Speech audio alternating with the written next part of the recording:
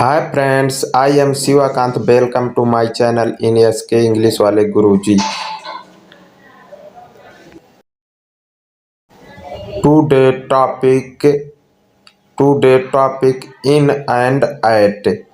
तो दोस्तों, आज हम प्रीपोजिशन इन एंड एट के विषय में पढ़ेंगे। तो देखिए, यदि वाक्य में आता है तो हम कहाँ पर इन लगाएं, कहाँ पर एट लगाएं। तो इन में के सेंस पर प्रयोग होता है, एट का पर के सेंस पर और में के सेंस पर प्रयोग होता है। तो हम बहुत गलती करते हैं कि जहाँ वाक्य में रहता है तो हम वहाँ पर कभी ऐट लगा देते हैं, कभी इन लगा देते हैं। ये नहीं समझ पाते कि हमें इस वाक्य में इन लगाना है कि ऐट लगाना है। तो हम आज डिटेल से समझेंगे। चलिए ये स्टार्ट करते हैं, एक एक करके देखते हैं। पहला देखते हैं इन में के सेंस पर। ठीक है, तो देखिए तीन केस में इनका प्रयोग किया जाता है।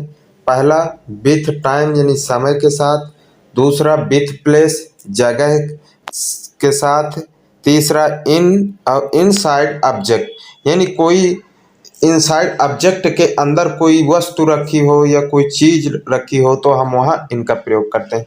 तो चलिए स्टार्ट करते हैं, वन बाय वन देखते हैं। पहला देखेंगे विथ टाइम के साथ।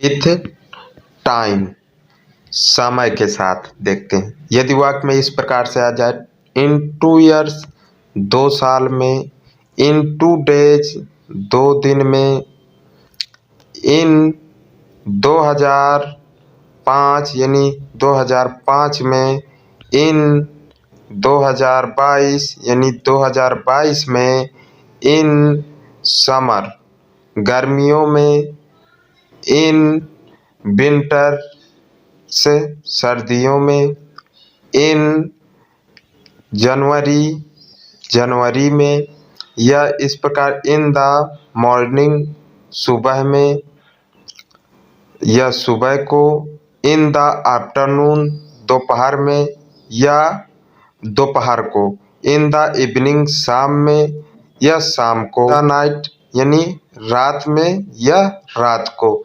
तो यदि इस प्रकार से वाक्य में आता है तो हम विथ टाइम यानी समय के साथ इनका प्रयोग करते हैं।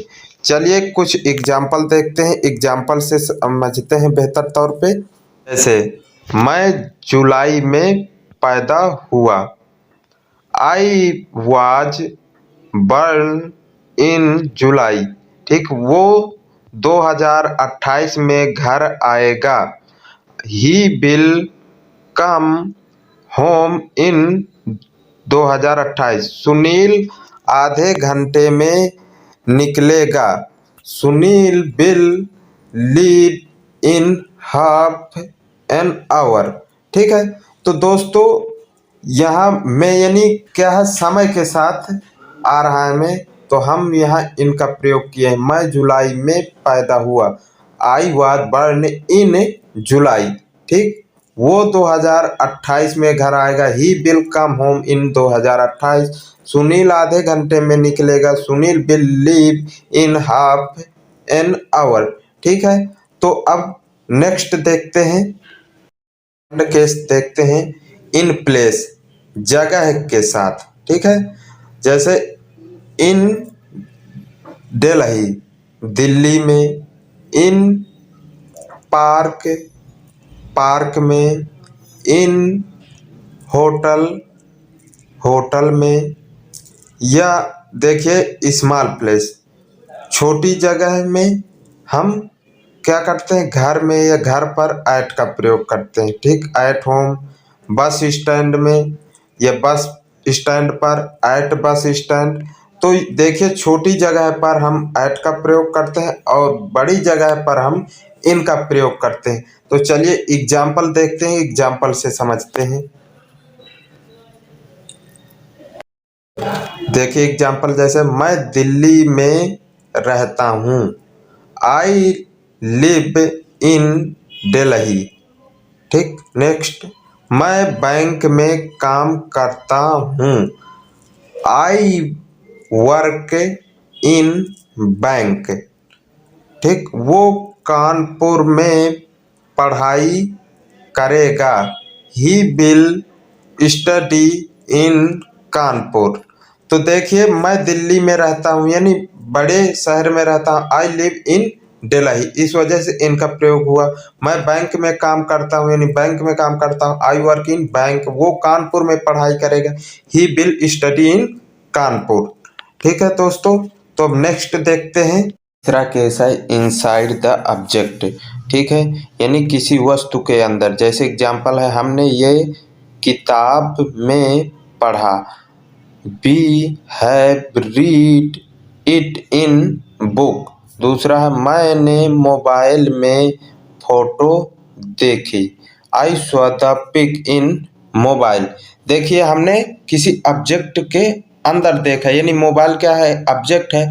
तो मोबाइल के अंदर पिक देखा ना, फोटो उसके अंदर मोबाइल के देखा, तो इस वजह से यहाँ इनका प्रयोग हुआ। हमने ये किताब में पढ़ा, यानी किताब के अंदर पढ़ा। एक किताब ऑब्जेक्ट है, तो ऑब्जेक्ट के अंदर कोई जो चीज होती है या वस्तु होती है, तो हम वहाँ इनका प्रयोग करते हैं। तो इस वजह से यहाँ इनका प्रयोग हुआ। तो दोस्तों, हमने इनका प्रयोग पढ़ा विथ टाइम के साथ, विथ लार्ज प्लेस के साथ, विथ इनसाइड ऑब्जेक्ट के साथ। तो आशा है कि आपको ये क्लियर हो पाया होगा। एक बार और दोहरा दे रहा हूँ इनके विषय में। देखिए, विथ टाइम के साथ यानी समय के साथ हम इनका प्रयोग करते हैं। विथ प्लेस के साथ यानी बड़ी जगहों के साथ प्रयोग करते हैं, जैसे कंट्री, सिटी, टाउन, इस प्रकार से हम इनका प्रयोग करते हैं।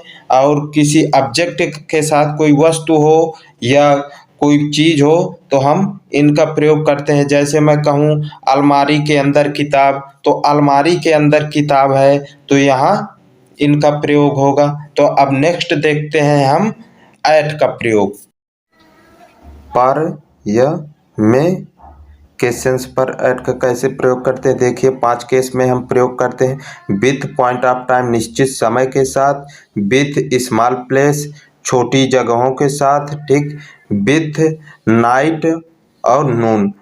ठीक, नाइट में और नून में एट का प्रयोग करते हैं। इन एनी फेस्टिवल या इवेंट के साथ, यानी कोई किसी त्यौहार या खास अवसर पर। व्हाइल टेलिंग द कास्ट, या किसी वस्तु की प्राइस पूछने में या बताने में हम एट का प्रयोग करते हैं। तो चलिए स्टार्ट करते हैं, 1 बाय 1 देखते हैं एग्जाम्पल के साथ और समझते हैं। एट का फर्स्ट केस देखते हैं, विथ पॉइंट ऑफ टाइम, यानी निश्चित समय के साथ। एग्जाम्पल है, जैसे मैं 2 बजे पैदा हुआ था। I was born at 2 o'clock। दूसरा है, वह सुबह 10 बजे घर आएगा।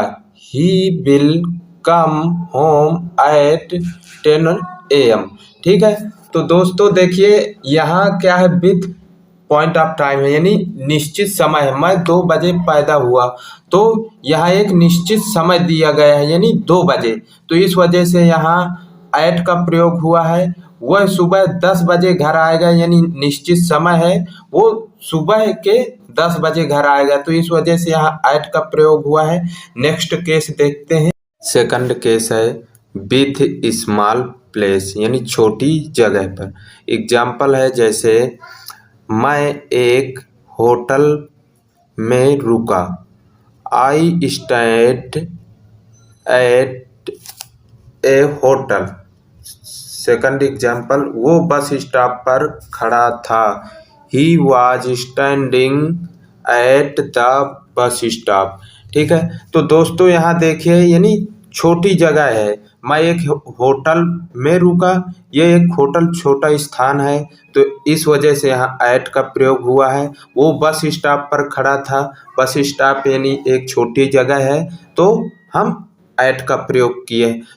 इसी प्रकार का एग्जाम्पल हो सकते हैं, राहुल एक स्टोर में काम करता है, तो Rahul works at A store. ठीक है, तो आशा है दोस्तों कि ये सेकंड स्टेप आपको समझ में आया होगा। नेक्स्ट स्टेप देखते हैं। तीसरा स्टेप है विथ नाइट नून, यानी रात और दोपहर के साथ एट का प्रयोग करते हैं। मैं दोपहर में वहाँ था, I was there at noon. Second है, हम रात में पढ़ते हैं, वी स्टडी एट नाइट।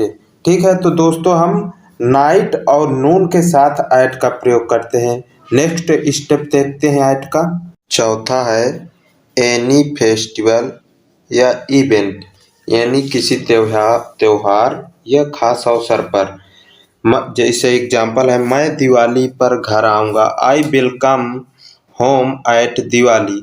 वो उसके जन्मदिन पर वहाँ जाएगा, he will go there at his birthday.